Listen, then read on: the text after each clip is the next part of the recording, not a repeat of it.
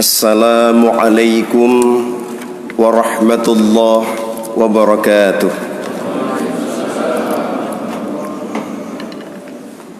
Alhamdulillah alladzi qad aflahal mu'minun, wassalatu wassalamu ala rasulillah sayyidina Muhammadin wa ala alihi wa sahbihi ajma'in. Amma ba'd. Lantunan puji dan syukur selalu kita panjatkan kehadirat Allah Subhanahu wa ta'ala yang tiada henti siang dan malam, baik dalam salat atau dalam kalimat alhamdulillah atau dalam syukur anggota tubuh kita kepada Allah. Salah satu hal yang indah yang selalu kita bersyukur, tidak ubahnya seperti subuh yang mulia ini.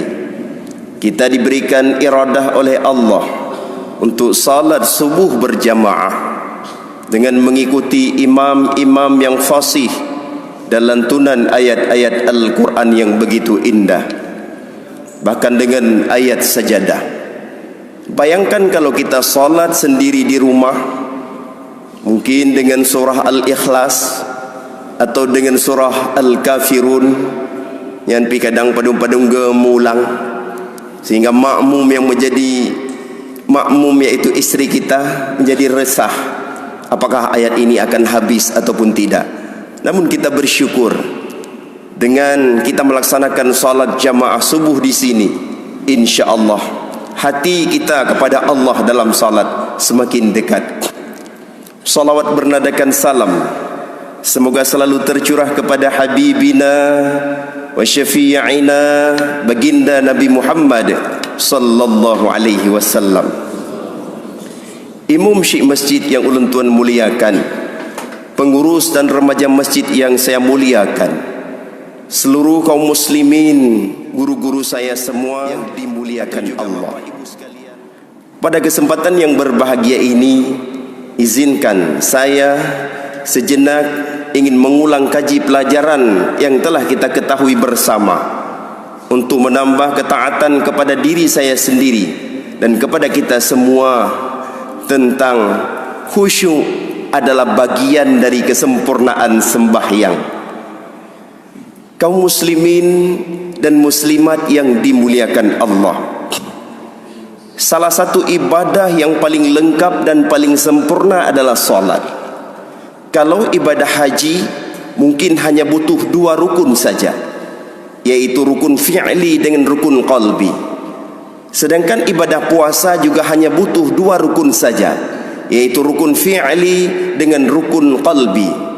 Adapun ibadah salat ini butuh tiga rukun, yaitu rukun fi'li, perbuatan anggota tubuh kita, rukun qalbi, yaitu hati kita, dan satu lagi adalah rukun qauli, ucapan-ucapan yang diwajibkan di dalam salat.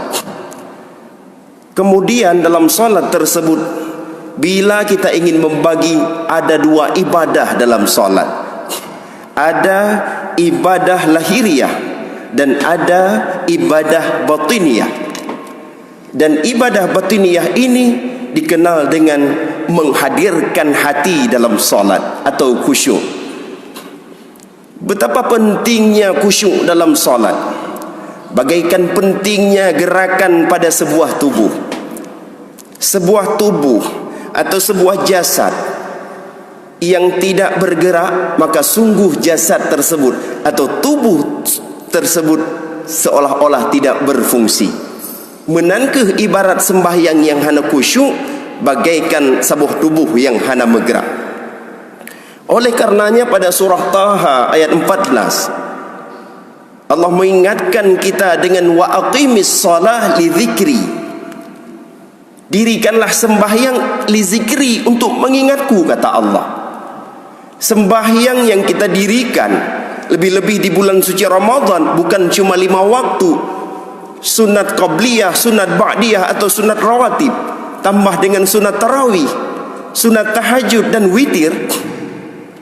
Yang kita lakukan semua ini adalah lidzikri, untuk mengingatku, kata Allah. Lucu bila sembahyang tapi tidak menghadirkan hati kepada Allah.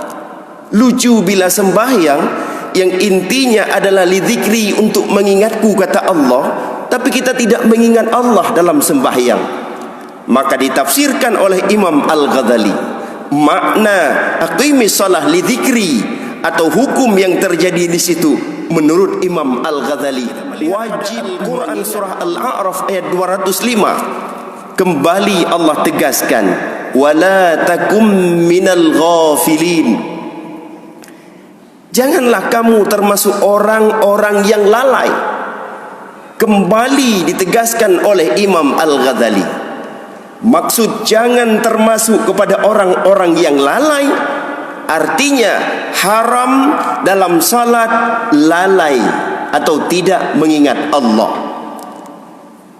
Sedikit kita digoyahkan oleh syaitan, sedikit kita digoyahkan oleh kebiasaan sehingga terlewati kepada hal yang lain, menghayal kepada hal yang lain, kemudian langsung kita kembali ke dalam salat. Tetapi bila benar-benar lalai dalam salat, ini kita termasuk kepada orang yang haram. Maka dikatakan kembali oleh Imam Al-Ghazali, wassalatul ghafil la tamna'u minal fahsya'i wal munkar. Sembahyang orang yang lalai, sembahyang orang yang tidak ingat Allah, la tanha minal fahsya'i wal munkar, la tamna'u minal fahsya'i wal munkar, tidak mampu mencegah keji dan kemungkaran. Sehingga kita harus introspeksi, saya sudah sholat, akan tetapi saya belum mampu untuk melawan maksiat. Berarti salah satu kesalahan dalam sholat kita adalah tidak khusyuk, tidak menghadirkan hati, dan tidak sepenuhnya hadir hati ketika mengingat Allah Subhanahu wa ta'ala. Oleh karenanya Hasan Al-Basri memberikan satu ancaman atau satu peringatan kepada kita, yang bahwa kullu salatin la yahduru fihal qalbu fahiya ilal uqubah asra'un. Setiap sembahyang yang tidak mampu menghadirkan hati ketika orang tersebut menghadap Allah atau sembahyang, maka orang tersebut adalah lebih cepat untuk mendapat azab dari Allah Subhanahu wa ta'ala. Yang kita harapkan dengan salat kita diampuni dosa, tetapi yang terjadi karena belum mampu menghadirkan hati, mungkin Allah murkai kita. Na'udzubillah summa na'udzubillah. Maka pada kesempatan yang berbahagia ini, dengan fenomena yang kita dapatkan di dalam salat, maka berjalanlah kita sebagaimana orang yang berjalan di antara sawah. Ya, istilah orang Jawa ublang, naateng blang. Lagi tajak lama tenggelam, begitu jatuh kita ke sawah, segera bangun, naik kembali ke jalannya. Kemudian sambil kita berjalan jatuh kembali ke sawah, lanjut bangun lagi sehingga kita tembus kepada posisi ataupun arah yang ingin kita tuju. Jangan ketika jatuh ke sawah tersebut langsung mencari ikan dan sebagainya. Inilah yang terjadi dalam salat.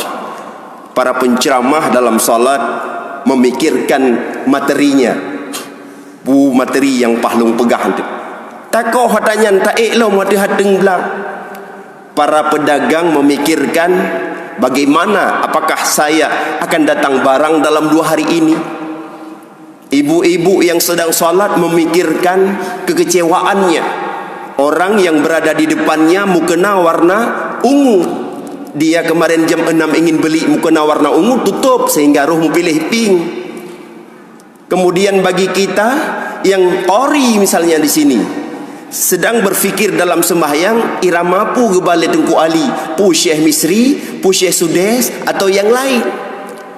Bagi kita yang memiliki beban karena semalam kata istri kita, benapeng bang 5 juta ilung ya minta baju baru. Dalam salat sedang berfikir, di mana akan aku cari, apa solusinya terhadap apa yang disampaikan oleh istriku. Bagi kita yang remaja, mungkin terfikir dalam hati, aman, aku ada salat subuh, aku termasuk orang mulia, ujub lahir dalam hatinya. Apa yang terjadi kalau kita tidak memutuskan rantai-rantai kelalaian dalam salat tersebut? Terus kita dibina sehingga kita termasuk as-salatul ghafil, sembahyang orang-orang yang lalai. Intinya, tidak ada satu makmum pun, satu imam pun yang lalai, yang tidak lalai dalam salat. Namun kita harus memiliki usaha agar salat kita khusyuk, usaha agar salat kita dapat menghadirkan hati dalam salat, sehingga sembahyang kita sebagaimana dikatakan oleh Allah, aqimis shalah li dzikri, sembahyanglah kamu, dirikanlah sembahyang kamu li dzikri, untuk mengingatku. Maka oleh karenanya ada 6 cara untuk menghadirkan hati atau salat yang khusyuk. Cara yang pertama dikenal dengan huduril qalbi ila shalah. Hadirkan hati ke dalam salat. Bila pada sebelum salat hati kita masih terikat dengan kehidupan kita di luar dari salat, maka begitu kita salat, ingat Allahu Akbar, Allah Maha Besar. Ketika kita mengatakan Allahu Akbar, Allah Maha Besar, tentu masih wallah, sesuatu yang selain Allah kecil sekali. Maka oleh karenanya wajar sekali hadirkan hati. Karena apa? Kita menghadap Maha Besar. Yang kedua, tafahum. Ma makna tafahum? Fahami bacaan, fahami kalimat-kalimat yang kita bacakan dalam salat. Bahkan bila mampu, kita naik satu derajat lagi untuk mampu menerjemahkan bacaan-bacaan dalam salat. Tapi sekurang-kurangnya kita fahami dulu apa bacaan kita dalam salat. Bacaan saat ruku memuji Allah, subhana rabbiyal azimi wa bihamdi. Bacaan sangat sujud memuji Allah, subhana rabbiyal a'la wa bihamdi. Bacaan sangat duduk antara dua sujud, semua itu adalah doa. Sehingga apa yang kita bacakan, sehingga apa yang kita tadaburkan masuk dalam hati dan kita kontak dengan Allah Subhanahu wa taala. Maka yang kedua adalah tafahum, fahami bacaan, fahami rukun-rukunnya sehingga kita mudah untuk khusyuk dalam salat. Bayangkan ketika kita membaca surah Al-Fatihah. Di dalam surah Al-Fatihah ada kalimat iyyaka na'budu wa iyyaka nasta'in. Hanya kepadamu kami menyembah, hanya kepadamu kami minta pertolongan. Andai kita membayangkan perlunya pertolongan Allah di sakratul maut, perlunya pertolongan Allah di alam kubur, perlunya pertolongan Allah di yaumul hisab, maka sungguh iyyaka na'budu wa iyyaka nasta'in, sewajarnya kita meneteskan air mata. Akan tetapi ketika kita tidak mentadaburkan makna iyyaka na'budu wa iyyaka nasta'in, ho kalewat ate tu, upasai teh kalewat ate tu, ho ka menuju hati kita bukan kepada pertolongan Allah, akan tetapi hal lain selain daripada Allah. Itu yang kedua. Yang ketiga adalah ta'zim. Untuk bisa menghadirkan khusyuk dalam salat, marilah kita ta'zim, mengagungkan Allah di atas segala-gala yang lain. Mengagungkan Allah hal yang memang wajar, dan itu merupakan satu kewajiban. Ketika kita mengagungkan Allah dalam salat, menganggap yang kita hadap adalah Maha Kuasa, yang kita hadap adalah orang yang memang belum tentu menerima amal ibadah kita, maka sewajarnya kita agungkan Allah. Diibaratkan dalam kitab, seandainya ada seorang pemimpin berada di depan kita, kita diberikan kesempatan untuk berbicara, tentu kita dengan penuh hormat, dengan penuh keagungan memuliakan pemimpin yang ada di depan kita.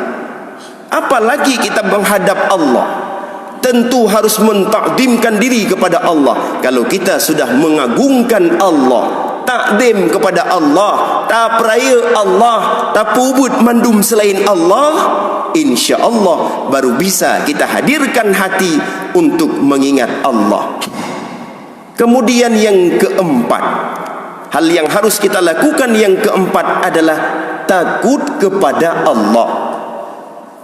Ketika seseorang takut kepada Allah, takut seandainya Allah tidak menerima salat kita, yang kita harapkan salat menjadi modal tambahan untuk kita berada dalam yaumul qiyamah, tapi ternyata mungkin salat belum tentu diterima oleh Allah.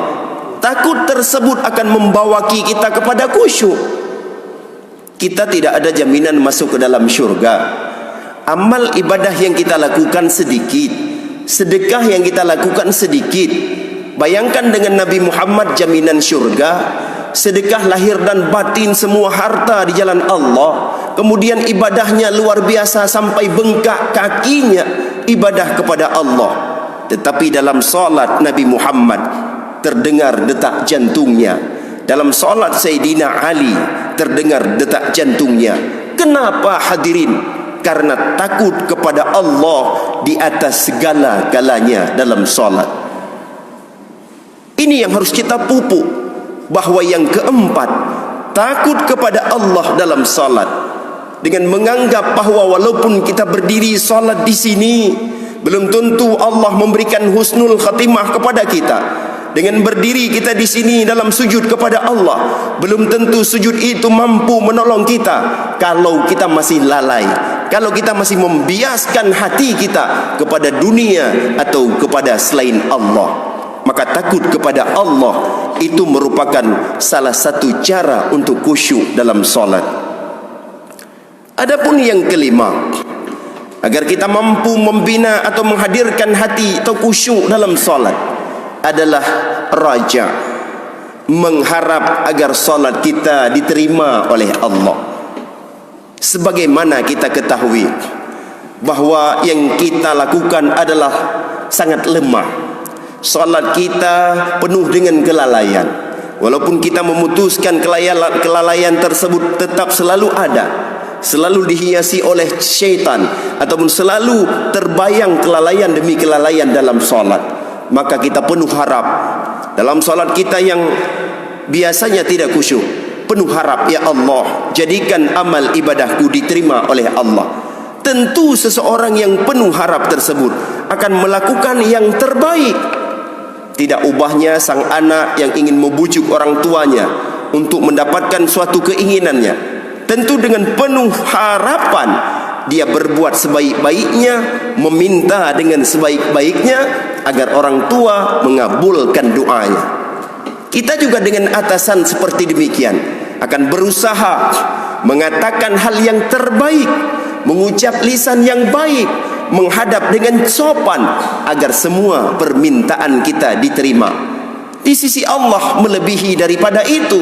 Kita menghadap kepada Allah, raja mengharap agar doa diterima oleh Allah, agar salat kita diterima oleh Allah.